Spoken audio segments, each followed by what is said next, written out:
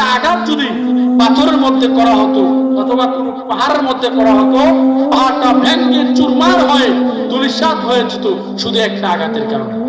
আর আঘাত করতেছে কতক্ষণ পর্যন্ত?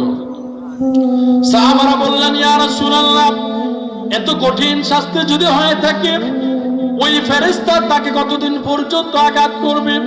আল্লাহ রাসূল বলেছেন, হাত্তা তাকুমাস সাআ, যতক্ষণ পর্যন্ত কিয়ামত না হবে ততক্ষণ পর্যন্ত সেইভাবে তাকে আঘাত করতে থাকবে। বলেন নাউজুবিল্লাহ।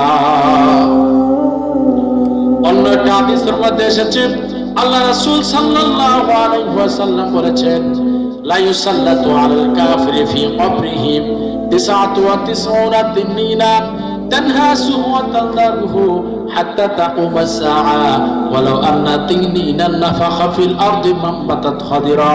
আল্লাহ রাসূল বলেন, সাহাবীরা, যখন কোন কাফির, কোন পাপিষ্ঠ যখন মৃত্যুবরণ করে তাকে যখন কবর মাটি দিয়ে দাফন করা আসা হয়, তার কবরে তাকে শাস্তি দেওয়ার জন্য আল্লাহ তাআলা একটা নয়, দুইটা নয়, 99টা সাপ তার কবরে আল্লাহ তাআলা বর্ষণ করে দেন। বলেন নাউজুবিল্লাহ।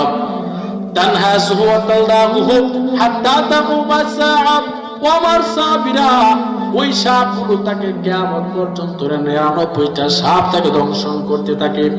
সাহাবারা বললেন, ইয়া রাসূলুল্লাহ, দুনিয়ার মধ্যে একটা সাপ যদি, বিষাক্ত সাপ যদি দংশন করে, একটা মানুষ বিষ সহ্য করতে না পারে মানুষটা মৃত্যুবরণ করে মরে যায়, 99টা সাপ যে তাকে কবরে কিয়ামত পর্যন্ত দংশন করবে, তার শাস্তিটা কেমন হবে? সাপের গুলো বিষ কেমন হয়ে যাবে?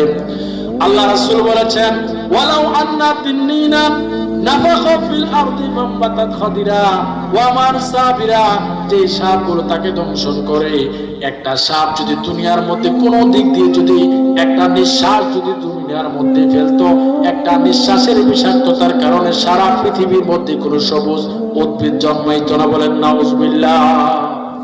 99টা সাপ যে তাকে দংশন করবে, এর মধ্যে একটা সাপ যদি পৃথিবীর মধ্যে কোন দিক দিয়ে একটা নিঃশ্বাস ফেলতো, শ্বাস ফেলতো, তার একটা শ্বাসের মধ্যে যে বিষাক্ততা, এই বিষাক্ততার কারণে পৃথিবীর মধ্যে কোনো সবুজ গাছ জন্মাইতো না। বলেন নাউজুবিল্লাহ। তাহলে কেমন হয়ে যাবে অবস্থাটা? অন্য একটা হাদিসের মধ্যে এসেছে, আল্লাহ রাসূল সাল্লাল্লাহু আলাইহি সাল্লাম বলেন, বান্দা যখন জাহান্নামে চলে যাবে, বান্দার জন্য একটা যাকুম নামের ফল থাকে, তার জন্য খাবার হিসেবে দেয়া হবে। সাহাবারা বললেন, ইয়া রাসূলুল্লাহ, যাকুম নামক সেই ফলের বর্ণনাকে আমাদেরকে দিবেন। আল্লাহ রাসূল বলেন, সাহাবীরা, যাকুম নামের ফলের এক ফোঁটা রস যদি পৃথিবীর মধ্যে কোনো দিক দিয়ে যদি ঢেলে দেওয়া হতো, ছেড়ে দেওয়া হতো, এক ফোঁটা যাকুম ফলের এক ফোঁটা পানির মধ্যে, রসের মধ্যে যে বিষাক্ততা, যে তিক্ততা রয়েছে, সারা পৃথিবীটা ধ্বংস হয়ে যাওয়ার জন্য এক ফোঁটা রস যথেষ্ট ছিল। বলেন নাউজুবিল্লাহ। জাহান্নামীদেরকে যে যাকুম নামের ফলটা দেওয়া হবে, এক ফোঁটা বিষ যদি, এক ফোঁটা রস যদি পৃথিবীর মধ্যে ছুঁড়ে ফেলা হয়, তাহলে এই পৃথিবীর মধ্যে কি হবে না? কথা বলেন, কি হবে না? কোনো কিছু থাকবে না, সবকিছু ধ্বংস হয়ে যাবে।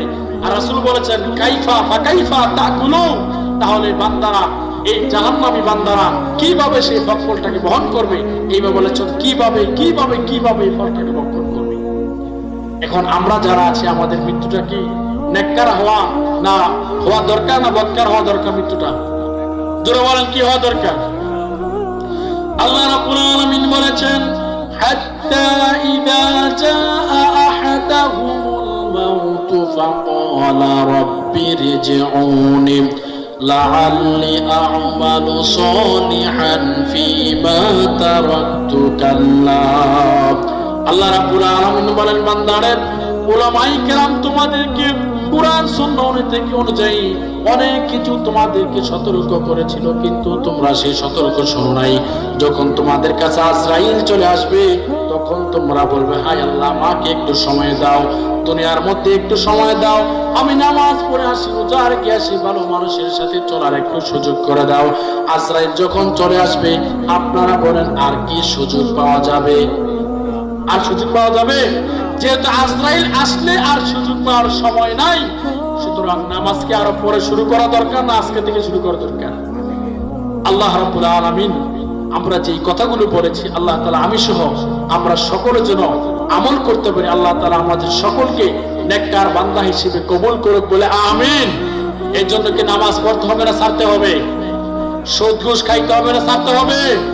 হারামকে ছাড়তে হবে না করতে হবে? হারামকে ছেড়ে আমরা যদি হালাল গ্রহণ করি, আমরা যদি নামাজ পড়ি, কোরআন হাদিস অনুযায়ী চলি, সমাজটাকে যদি কোরআন অনুযায়ী চলানোর জন্য চেষ্টা করি, তাহলে আমরা কি নেককার হব না বদকার হব? বলেন কি হব? আল্লাহ তাআলা আমাদেরকে নেককার বান্দা হয়ে মৃত্যুকালীন সময়ে যে ফেরেশতারা আমাদেরকে সালাম দিবে, সেই সালাম পাওয়ার যোগ্য বান্দা হয়ে দুনিয়া থেকে বিদায় নেওয়ার তৌফিক দান করুন বলে আমিন। ওয়া মা তাওফিক ইল্লা বিল্লাহ। আসসালামু আলাইকুম ওয়া রাহমাতুল্লাহি ওয়া বারাকাতুহু।